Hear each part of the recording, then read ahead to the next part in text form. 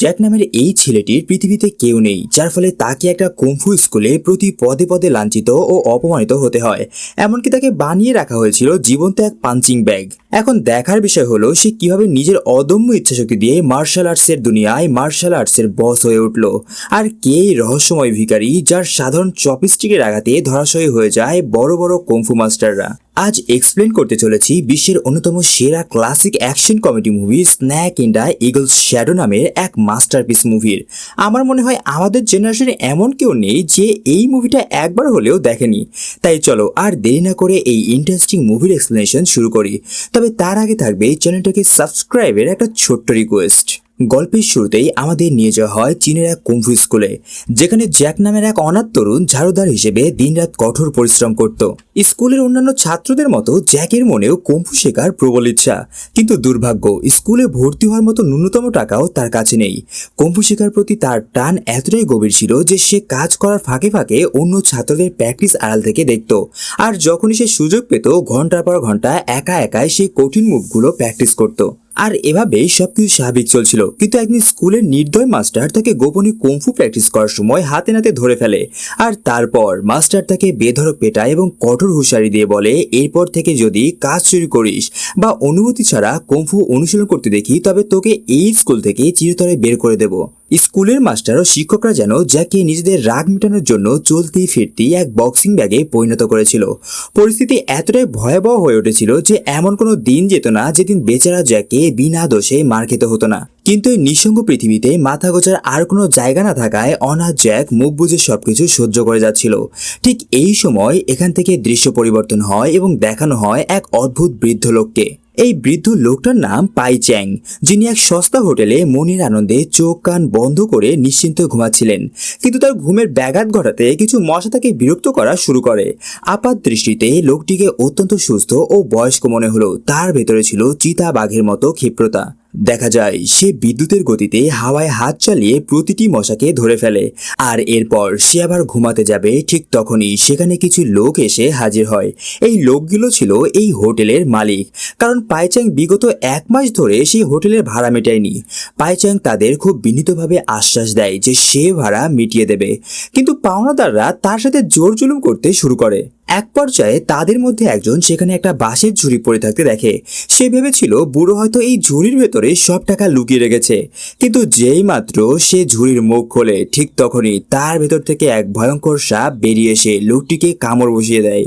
আর এই গোলমালের সুযোগে পাইচ্যাং সটকে পড়ার চেষ্টা করছিল, কিন্তু হোটেলের লোকেরা তাকে চারপাশ থেকে ঘিরে ফেলে। তারা ঠিক করে আজ বুড়োর হাত পা ভেঙে দিয়ে তবেই বকেয়া টাকা আদায় করবে। এরপর তারা সবাই মিলে একযোগে পাইচ্যাংয়ের ওপর লাঠিসোঁটা নিয়ে আক্রমণ চালায়। তারা ভেবেছিল এক সামান্য বৃদ্ধকে সাইজ করা সে আর এমন কি কাজ, কিন্তু তাকে দুর্বল ভাবায় তাদের জীবনের সবচেয়ে বড় ভুল ছিল। দেখা যায় পাইচ্যাং কোনো অস্ত্র ছাড়াই সাধারণ দুটি চপস্টিক দিয়ে তাদের প্রতিটি লাঠির আঘাত অত্যন্ত নিখুঁতভাবে আটকে দিতে থাকে, যেন সে কুংফুর একজন মহাগুরু। মাত্র একটা বাটি আর চপস্টিক দিয়ে সে পুরো হোটেলের লোকজনকে ধুলোয় মিশিয়ে দিচ্ছিল।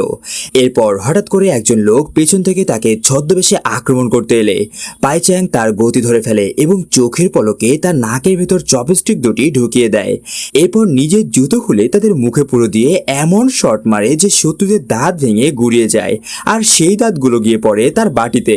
এরপর আবারও কিছু লোক চাকু দিয়ে আক্রমণ করতে আসে, তবে তাদের ধারালো ছুরির মোকাবেলা করার জন্য পাইচ্যাংয়ের সাধারণ চপস্টিক জোড়াই ছিল যথেষ্ট।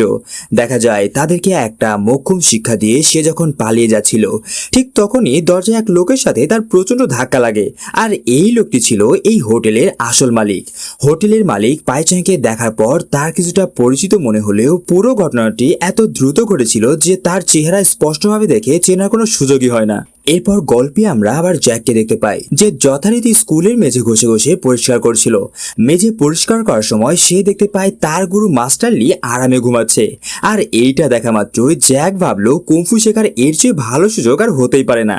এই জন্য সে তড়িঘড়ি অন্য ছাত্রদের কাছে গিয়ে কৌশলে মুভ শেখা শুরু করে। কিন্তু ভাগ্যের নির্মম পরিহাস, শীঘ্রই মাস্টার লির ঘুম ভেঙে যায়। মাস্টার লি যখন চা খেতে যাবে তখন তার নজরে পড়ে কুংফু প্র্যাকটিস করতে থাকা জ্যাকের ওপর। এটা দেখে মাস্টার লি লির পিত্তি জ্বলে যায়। তিনি জ্যাকের পেছনে গিয়ে এত জোরে লাথি মারে যে জ্যাক সোজা গিয়ে বালতির পানিতে আছড়ে পড়ে। এইটা দেখে ধরফর করে জ্যাক পরিস্থিতি সামাল দিতে তার ভেজা মোছা বের করে মেঝেতে পরিষ্কার করার অভিনয় করতে যায়, কিন্তু ভুলবশত সে মাস্টার লির দামি জুতো ভিজিয়ে ফেলে। লি বুঝতে পারে যে মারধরেও এই ছেলে সোজা হচ্ছে না, তাই তাকে এমন এক শাস্তি দিতে হবে যা সে জীবনে ভুলবে না। এই জন্য লি তার দামি জুতোয় প্রচুর খড়মাটির গুঁড়ো মেখে নেয় এবং জ্যাক যে জায়গাগুলো এতক্ষণ ধরে কষ্ট করে মুছে পরিষ্কার করছিল ঠিক সেখানে হেঁটে হেঁটে আবার নোংরা করতে শুরু করে। এটা থেকে জ্যাক তাকে অনুরোধ করে থামানোর চেষ্টা করলেও লি পুরো স্কুল হেঁটে হেঁটে নোংরা করে দেন। মাত্র কয়েক মিনিটে জ্যাকের ঘন্টার পর ঘন্টার কঠোর পরিশ্রম বরবাদ হয়ে যায় এবং এরই সাথে লি জ্যাককে হুমকি দিয়ে বলে, এইবার যদি আবার ফাঁকি দিতে দেখি তবে তোকে দিয়ে দ্বিগুণ কাজ করাবো এবং এই মাসের পুরো বেতন কেটে নেব। এরপর লি ছাত্রদের স্পেশাল ড্রাগন স্টাইল কুম্ফু শেখাতে যায়, যা দিয়ে নাকি একসাথে 10 জন শত্রুকে খতম করা সম্ভব। তবে কৌশল শেখানোর আগে তিনি সবার কাছ থেকে ফি আদায় করা শুরু করে। শিক্ষাদানের সময় লি যখন অন্য এক শিক্ষকের সাথে ড্রাগন স্টাইলের ডেমো দেখাচ্ছিলেন, তখন সেই শিক্ষক ভুলবশত ড্রাগন স্টাইল দেখাতে গিয়ে মাস্টার লিকেই বেধড়ক পিটিয়ে দেয়। এতে উপস্থিত সব ছাত্র লির এমন করুণ দশা দেখে হাহা করে হেসে ওঠে, যার ফলে নিজের ফাটল ধরার সম্মান বাঁচাতে লি তড়িঘড়ি করে জ্যাককে ডেকে পাঠায়, কারণ আজ সে জ্যাকের ওপর তার নতুন ট্রিক্স ট্রাই করে ছাত্রদের ইমপ্রেস করবে। কিন্তু এই দিকে জ্যাক আর মার খেতে চায়নি, তাই লি যখন প্রথম আক্রমণটি করে জ্যাক খুব সহজেই তার হাত ধরে তা আটকে দেয়, কিন্তু জ্যাক তার পেটের অংশ উন্মুক্ত রেখেছিল, যার ফলে লি সুযোগ বুঝে জ্যাকের পেটে সজোরে আঘাত করে তাকে মারাত্মক আহত করে ফেলে। এরপর লি একের পর এক চাল চালাতে থাকে, যা থেকে পরিষ্কার বোঝা যাচ্ছিল যে সে ছাত্রদের শেখাচ্ছিল কম, বরং জ্যাকের ওপর নিজের ক্ষোভ বেশি ঝাড়ছিল। তবে এটা দেখার পরও স্কুলের কোনো ছাত্র বা শিক্ষকের প্রতিবাদ করে না, বরং তারা চুপচাপ জ্যাককে মার খেতে দেখছিল। এরপর মাস্টার লির ডেমো ক্লাস শেষ হলে মার খেয়ে রক্তাক্ত ও মারাত্মক আহত জ্যাক মুখ ধুতে স্কুলের পেছনের আঙ্গিনায় যায়। সেখানে জ্যাকের একমাত্র বন্ধু চিন এসে দেখে যে আজকেও তারা বেচারা জ্যাককে গাধার মতো পিটিয়েছে। এই জন্য সে জ্যাকের জখমে ওষুধ লাগিয়ে দিতে চায়, কিন্তু গভীর অপমান আর বেদনায় জ্যাক এতটা ক্ষিপ্ত হয়েছিল যে সে কাঁদতে কাঁদতে সেখান থেকে পালিয়ে যায়। এদিকে সেই রহস্যময় বৃদ্ধ লোকটিকে একটা কুম্ফু স্কুলের বাইরের আঙ্গিনায় চুপচাপ বসে থাকতে দেখা যায়। ঠিক তখনই শহরের ধনী ম্যাজিস্ট্রেট তার এক হ্যান্ডসাম করে মোটা ছেলেকে নিয়ে এক কুম্ফু শিক্ষকের সন্ধানে সেখানে এসে পৌঁছায়। ম্যাজিস্ট্রেট চান তার ছেলে শহরের সবচেয়ে সেরা স্কুলে কুম্ফু শিখুক, আর এর বিনিময়ে তিনি যে কোনো মোটা অঙ্কের অর্থ খরচ করতে রাজি আছেন। স্কুলের মালিক তার ব্যবসা পাকা করতে ম্যাজিস্ট্রেটের সামনে লম্বা লম্বা ডিং হাঁকাতে শুরু করে এবং তার স্কুলের ভূয়সী প্রশংসা করে। এরপর ম্যাজিস্ট্রেটকে আরো ইমপ্রেস করতে তিনি স্কুলের সবচেয়ে শক্তিশালী ও সেরা যোদ্ধাকে ডেকে পাঠায়, কিন্তু ম্যাজিস্ট্রেটের মোটা ছেলেকে এত সহজে বোকা বানানো সম্ভব ছিল না। সে চ্যালেঞ্জ ছুড়ে দিয়ে বলে, আমি খালি হাতে মানুষকে ইট ভাঙতে দেখেছি, আপনার এই ফাইটার কি তা করতে পারবে? স্কুলের মালিক হেসে উত্তর দিয়ে বলে, ইট ভাঙা তো আমাদের ছাত্রদের বা হাতের খেলা। এই জন্য সে ফাইটারকে একটা ইট ভেঙে দেখাতে বলে। এরপর ফাইটার ইট ভাঙতে গেলে সেই মোটা ছেলেটি তাকে থামিয়ে দেয় এবং প্রথম ইটের ওপর আরো 2টি ইট বসিয়ে দেয়। 3টি ইট একসাথে দেখে ফাইটারের কপালে ঘাম ফুটে ওঠে। তবুও তা সত্ত্বেও নিজেরও স্কুলের মান বাঁচাতে সে মারাত্মক এক কোপ মেরে ইটগুলো ভেঙে ফেলে এবং যন্ত্রণায় তড়িঘড়ি করে সেখান থেকে সটকে পড়ে। তবে এইদিকে মোটা ছেলেটি তার শক্তি দেখে সত্যিই মুগ্ধ হয়ে যায়, কিন্তু পেছনের আসল সত্যিটা সে জানতো না। এরপর আমরা পেছনের রুমে ফাইটারকে দেখি।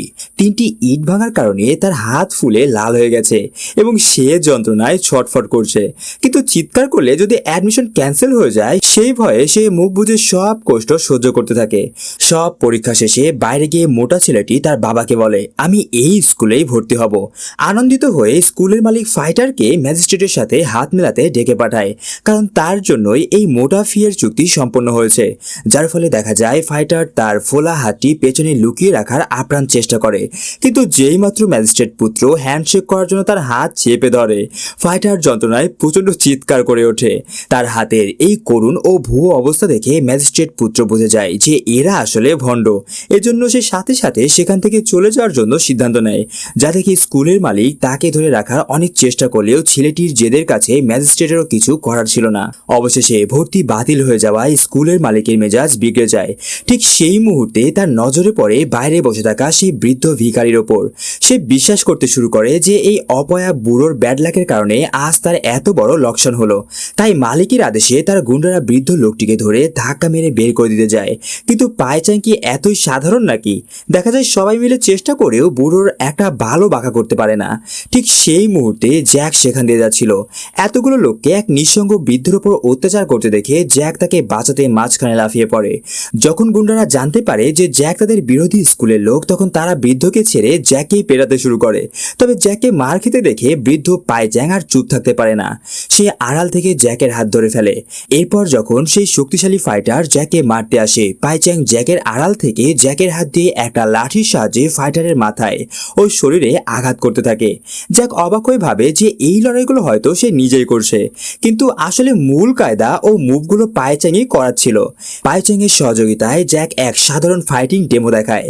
এক পর্যায়ে এক লোক আক্রমণ করতে এলে পাইচ্যাং কৌশলে তার প্যান্ট নিচে নামিয়ে দেয়। লোকটি যখন প্যান্ট তুলতে নিচে ঝোঁকে, জ্যাকের উপর আসা মারাত্মক অ্যাটাকটি আপনা থেকেই মিস হয়ে যায়। হট্টগোল দেখে এক খ্রিস্টান পাদ্রী এসে সবাইকে মারামারি থামাতে অনুরোধ করে, কিন্তু গুন্ডারা তার কথা তো শোনেনি, উল্টো সেই নির্দোষ পাদ্রীকেই ধরে বেদম পেটাতে শুরু করে। এরপর সুযোগ বুঝিয়ে জ্যাক পেছনের গোপন পথ দিয়ে সেই বৃদ্ধ পাইচ্যাংকে নিজের স্কুলের পেছনের পরিত্যক্ত রুমে নিয়ে আসে। জ্যাক আক্ষেপ করে পাইচ্যাংকে বলে, একসময় আমাদের স্কুলে প্রচুর ছাত্র আসতো, কিন্তু মাস্টার লির ব্যবহারের কারণে এখন আর কেউই আসে না। দেখা যায় সেখানে জ্যাকের একটা পোষা বিড়ালও ছিল, যার সাথে জ্যাক তার অবসর সময় কাটাতো। বৃদ্ধ লোকটি জ্যাককে জানায় যে তার নাম পাইচ্যাং এবং সে একজন ভবঘুরে ভিখারি। এরই মধ্যে আবার জ্যাকের বন্ধু চিন বাজার থেকে কাজ সেরে ফিরে এসেই পাইচ্যাংকে দেখে ফেলে। তবে জ্যাক পাইচ্যাংয়ের আসল পরিচয় লুকিয়ে চিনকে বলে যে পাইচ্যাং তার এক দুঃসম্পর্কের গার্লফ্রেন্ডের আত্মীয়। এদিকে ম্যাজিস্ট্রেট তার ছেলেকে নিয়ে এবার মাস্টার লির স্কুলে এসে হাজির হন। তবে মিথ্যার ঝুড়ি খুলে বসায় মাস্টার লির জড়ি ছিল অনন্য।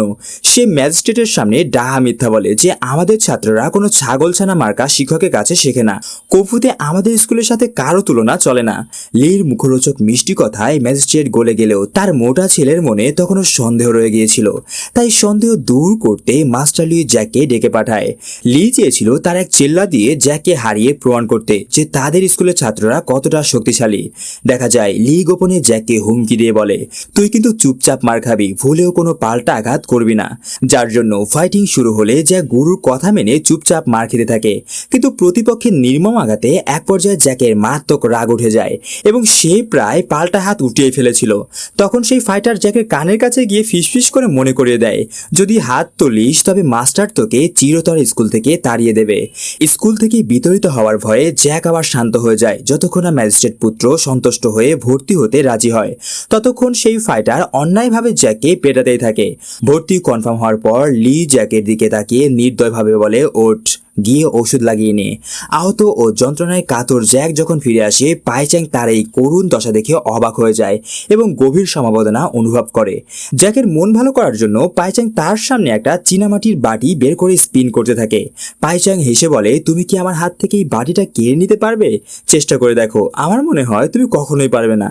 তবে জ্যাকের কাছে এটা একেবারে সামান্য সহজ একটি কাজ মনে হচ্ছিল, তাই সে অতি আত্মবিশ্বাসের সাথে বাটিটি ছিনিয়ে নিতে হাত বাড়ায়। কিন্তু রহস্যময় পাইচ্যাং বাটিটিকে এমন অদ্ভুত গতিতে ঘোরাতে থাকে এবং নিজের শরীরের সাথে আটকে রাখে যে জ্যাক বাটিটা স্পর্শ করতে পারছিল না। বাটিটি যেন পাইচ্যাংয়ের শরীরের চুম্বকের মতো আটকে ছিল। জ্যাককে আরো সুযোগ দিতে পাইচ্যাং বাটিটি মেঝেতে রেখে দেন, কিন্তু এবারও জ্যাকের সমস্ত চেষ্টা ব্যর্থ হয়। সে ওই বাটিটার নাগালি পাচ্ছিল না। এক পর্যায়ে জ্যাক মারাত্মক ক্লান্ত হয়ে পড়লে পাইচ্যাং নিজেই বাটিটি তার হাতে তুলে দেয়। এরপর জ্যাক জানায় এই খেলাটি তার খুব ভালো লেগেছে। কিন্তু পাইচ্যাং চলে যাওয়ার পর জ্যাক যখন একা ছিল, সে ঠিক একই কায়দায় এই বাটিটি ঘোরানোর চেষ্টা করছিল, কিন্তু ঠিক তখনই তার হাত থেকে পড়ে বাটিটি ভেঙে টুকরো টুকরো হয়ে যায়। এরপর সারাদিনের শারীরিক নির্যাতন ও কঠোর পরিশ্রমে জ্যাকের শরীর একদম ভেঙে পড়েছিল, তাই সে ঘুমিয়ে পড়ে। গভীর রাতে পাইচ্যাং ঘুম থেকে উঠে দেখতে পায় যে ঠান্ডার মধ্যে বেচারা জ্যাক কোনো কম্বল ছাড়াই ঘুমাচ্ছে। নিঃস্ব অনাথ ছেলেটির প্রতি এক গভীর মমতায় পাইচ্যাংয়ের বুক ভরে ওঠে। তাই তিনি পরম স্নেহে নিজের একমাত্র কম্বলটি দিয়ে ঘুমন্ত জ্যাককে ঢেকে দেন। পরের দিন সকালে ঘুম থেকে উঠে জ্যাক দেখে বৃদ্ধ পাইচ্যাং আর সেখানে নেই। তবে যাওয়ার আগে তিনি দেওয়ালের গায়ে অদ্ভুত কিছু চিহ্ন এবং মেঝেতে কিছু বিশেষ পদচিহ্ন রেখে গিয়েছে। তবে জ্যাক যেহেতু সাধারণ কোনো ছেলে ছিল না, তাই সে অবিলম্বে বুঝতে পারে যে পাইচ্যাং তাকে আত্মরক্ষার কিছু গোপন কুংফু টেকনিক শিখিয়ে দিয়ে গেছেন। এরপর জ্যাক সেই পদচিহ্নগুলোর উপর হুবহু পা রেখে প্র্যাকটিস শুরু করে। কোনো শিক্ষক ছাড়াই শুধুমাত্র সেই চিহ্নের উপর ভর করে সে প্রতিদিন ঘন্টার পর ঘন্টা ঘাম ঝরায় এবং অল্প কিছুদিনের মধ্যেই ভারসাম্য রক্ষায় দুর্দান্ত কৌশল রপ্ত করে ফেলে। অন্যদিকে পাইচ্যাং শহরের দিকে যাচ্ছিলেন, তবে হঠাৎ পথে তিনি দেখতে পান সেই খ্রিস্টান পাদ্রীকে, যিনি বাড়ি বাড়ি গিয়ে যিশুর ধর্মবাণী প্রচার করছিলেন। পাদ্রীকে দেখা মাত্রই পাইচ্যাং নিজের মুখ লুকিয়ে অতি সাধারণ এক ভিখারির রূপ নেয় এবং হাত পেতে ভিক্ষা চাইতে শুরু করে, যেন পাদ্রী তাকে কোনোভাবেই চিনতে না পারে, কারণ পাইচ্যাং ভালো করে জানতেন এই শহরে তার শত্রু ছড়িয়ে রয়েছে। দেখা যায় পাইচ্যাং একটা নির্দিষ্ট বাড়ির খোঁজ করছিলেন, যার দরজায় আঁকা ছিল সাপের একটা প্রতীক। কিন্তু বাড়িটি খুঁজে পেয়ে ভেতরে ঢুকে তিনি স্তব্ধ হয়ে যান, কারণ পুরো বাড়িটি ধ্বংসস্তূপে পরিণত হয়েছিল। এরপর পাইচ্যাং কিছু বুঝে ওঠার আগেই সেখানে হাজির হয় আরেকজন রহস্যময় কুংফু মাস্টার। সে পাইচ্যাংকে দেখে জিজ্ঞেস করে, আপনি কাকে খুঁজছেন?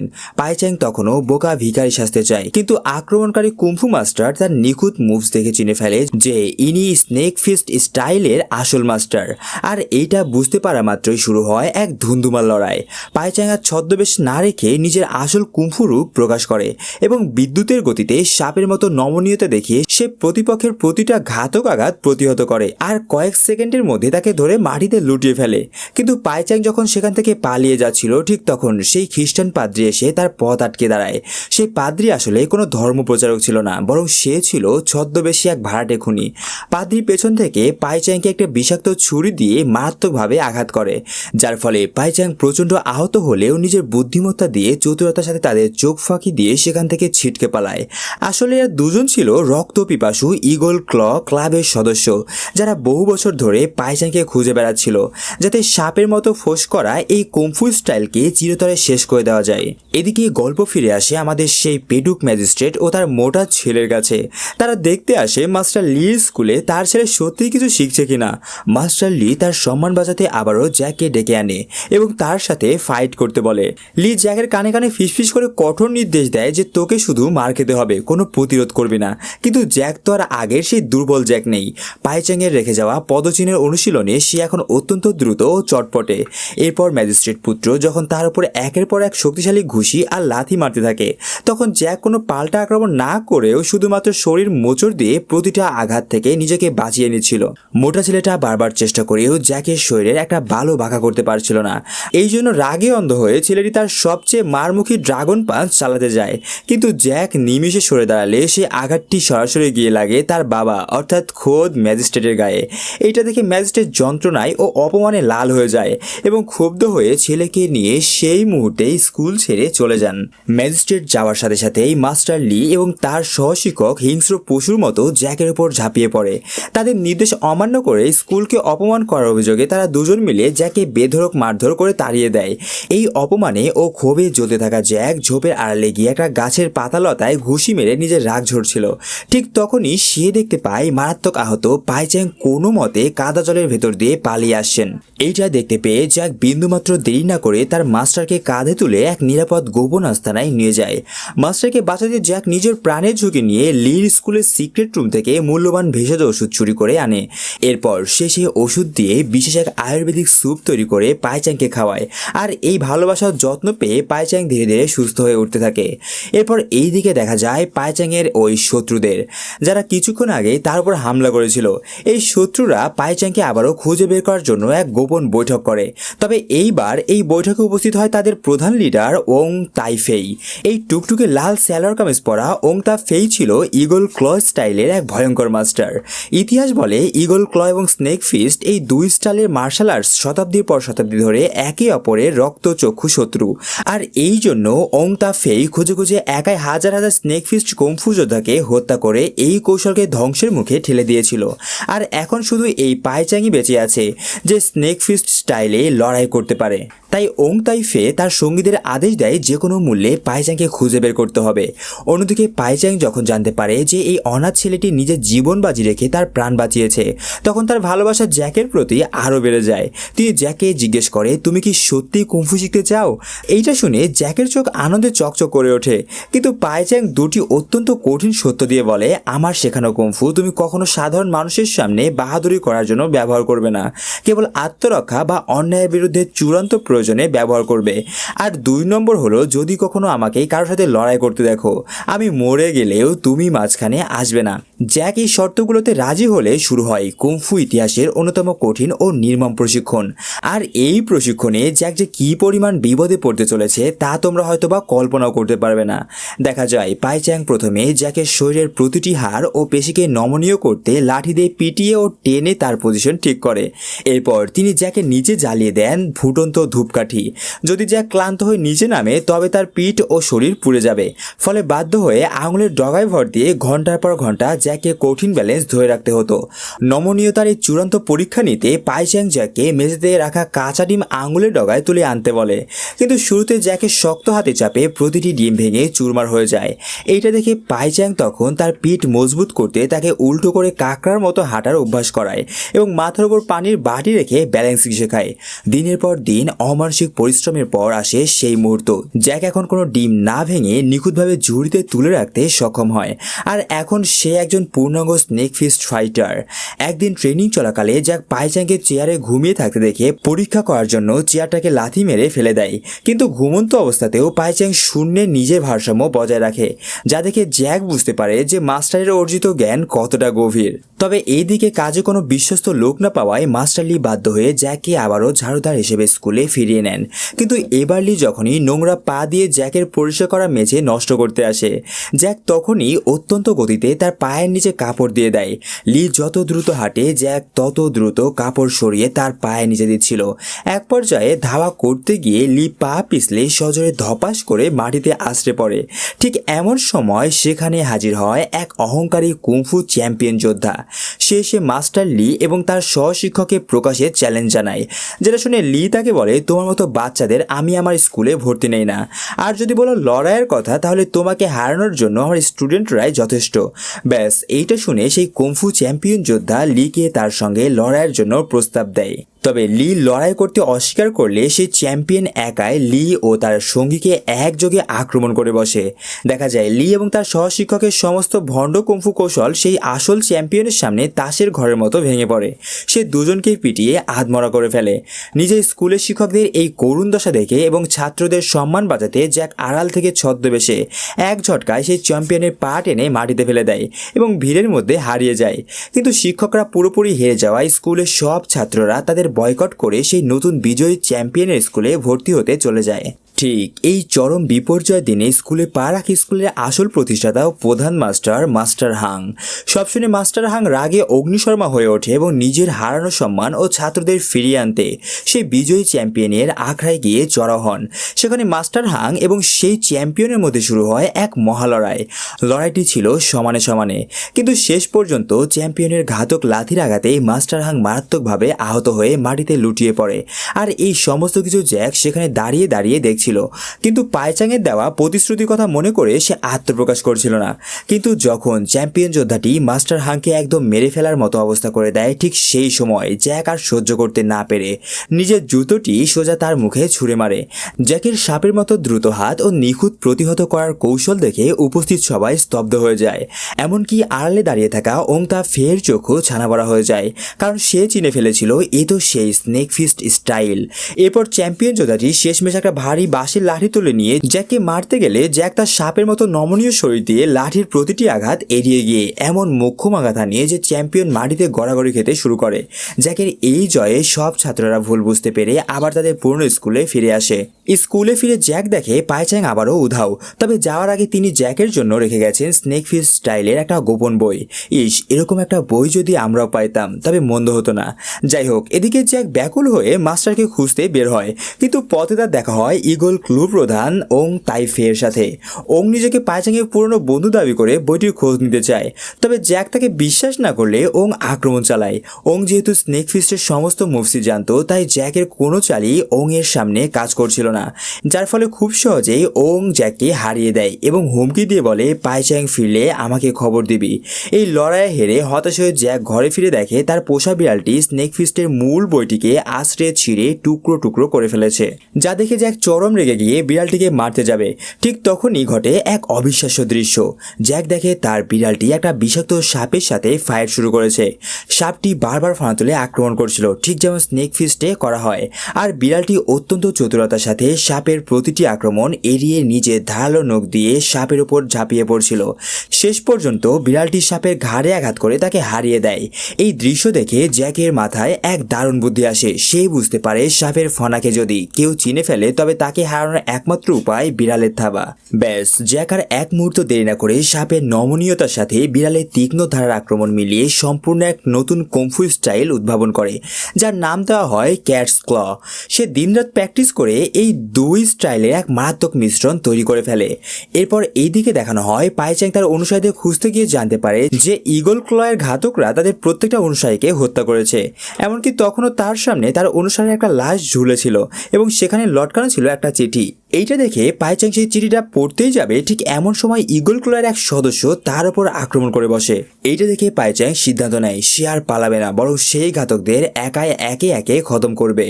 এরপর তিনি জ্যাকের কাছে ফিরে এলে তাদের ছদ্মবেশী রাঁধুনি, যে ছিল ঈগল ক্লয়ের গুপ্তচর, তাদের চায়ে বিষ মিশিয়ে দেয়। কিন্তু চতুর পাইচ্যাং ও জ্যাক আগে থেকেই তা বুঝতে পেরে চা না খেয়ে কৌশলে তা বদলে ফেলে। এরপর চা খাওয়া হয়ে গেলে জ্যাক পাইচ্যাংকে জানায় তার সঙ্গে নাকি ওং তাইফে নামের এক লোক দেখা করতে এসেছে। এইটা শোনা মাত্রই পাইচ্যাং বুঝতে পারে যে পরিস্থিতি খুব একটা স্বাভাবিক নয়। এরপর ওং তাইফেই সেখানে পৌঁছাতেই সে জানতে পারে যে পাইচ্যাং সেখান থেকে পালিয়ে গেছে। এমনকি সেখানকার দেওয়ালে থাকা নিশান দেখে ওং তাইফেই ভালো করে বুঝতে পারে যে পাইচ্যাং এই দেওয়াল দিয়েই পালিয়ে গেছে। এদিকে পাইচ্যাংয়ের চলে যাওয়ার খবর শুনে জ্যাক তাকে খুঁজতে বেরিয়ে পড়ে। তবে এরই মধ্যে সেই ছদ্মবেশী খ্রিস্টান পাদ্রী জ্যাকের পথ আটকে দাঁড়ায় এবং তার ওপর তলোয়ার দিয়ে আক্রমণ করে বসে। শুরু হয় তলোয়ার বনাম মার্শাল আর্টস। কিন্তু জ্যাক তার নতুন উদ্ভাবিত বিড়ালের থাবার মতো তীক্ষ্ণ কৌশল আর সাপের গতি দিয়ে সেই পাদ্রীকে মুহূর্তের মধ্যে ধুলোয় মিশিয়ে দেয়। অন্যদিকে ঈগল ক্লর লিডার ওং তাফেই পাইচ্যাংকে ঘিরে ফেলে। বৃদ্ধ ও আহত পাইচ্যাং ওং তাফের শক্তিশালী ঈগল ক্লাবের আঘাত সহ্য করতে পারছিল না। ঠিক তখন এক ঝড়ের বেগে সেখানে এসে হাজির হয় জ্যাক। এইটা দেখে ওং তাফে হেসে উঠে বলে, স্নেক ফিস্টের মাস্টারকে যখন পেয়েছি তখন এই সাপের বাচ্চাকেও মারতে হবে। ওং ভেবেছিল সে জ্যাকের স্নেক ফিস্টের সব চাল জানে, তাই তাকে মারা পানির মতো সহজ হবে। কিন্তু লড়াই শুরু হতেই ওং এক বিশাল ধাক্কা খায়। জ্যাক এবার আর শুধু সাপের মতো ফনা তুলছে না, সে সাপের মুভসের মাঝখানে হঠাৎ বিড়ালের মতো লাফিয়ে উঠে নিজের আঙুলের নখ দিয়ে ওং এর মুখ ও শরীর রক্তাক্ত করে দিচ্ছিল। হঠাৎ করে জ্যাকের এই স্টাইল দেখে ওং তাফে সম্পূর্ণ বিভ্রান্ত হয়ে পড়ে। সে ওং এর ঘাড় ও মাথায় এমন এক জটিল পয়েন্টে বিড়ালের নখের মতো আঘাত হানে যে ওং এর মস্তিষ্কের মূল শিরা ছিঁড়ে যায়, যার ফলে মারাত্মক রক্তক্ষরণে কুপঘাত হয়ে মাটিতে লুটিয়ে পড়ে কুখ্যাত ঈগল ক্ল লিডার ওং তাফেই এবং সেখানেই চিরতরে অবসান ঘটে ঈগল ক্লয়ের তাণ্ডব। লড়াই শেষে সেই বিষ মিশানো রাঁধুনি ভেবেছিল তারা হয়তো বিষাক্ত চা খেয়ে এখনই মরে যাবে, আর রাঁধুনি যে চায় বিষ মিশিয়েছে এটা শুনে জ্যাক এবং পাইচ্যাং মৃত্যুর অভিনয় করতে করতে মাটিতে লুটিয়ে পড়ে। কিন্তু এরপর পাইচ্যাং ও জ্যাক নাটকীয়ভাবে উঠে দাঁড়িয়ে সেই রাঁধুনিকেও মোক্ষম শিক্ষা দেয়। এরপর পাইচ্যাং পরস্নেহে জ্যাকের কাঁধে হাত রেখে বলে, তুমি তো দারুণ চালাক, সাপের আর বিড়ালের স্টাইল মিলিয়ে তুমি যা তৈরি করেছো তা কোনো সাধারণ কুংফু নয়। এ হলো snake in the eagle's shadow. আর এভাবেই এক অনাথ ঝাড়ুদার ছেলের মার্শাল আর্টসের মহানায়ক হয়ে ওঠার মধ্য দিয়ে শেষ হয় এই কালজয়ী ক্লাসিক কুংফু সিনেমাটি। এখন সত্যি করে বলো তোমাদের এই সিনেমাটা কেমন লাগলো, কমেন্ট করে জানিয়ে দাও। I am waiting for your answer. আর এইরকম ভিডিও পেতে চাইলে চ্যানেলটাকে সাবস্ক্রাইব করে বেল বাটন অন করে রেখো। দেখা হচ্ছে পরবর্তী ভিডিওতে।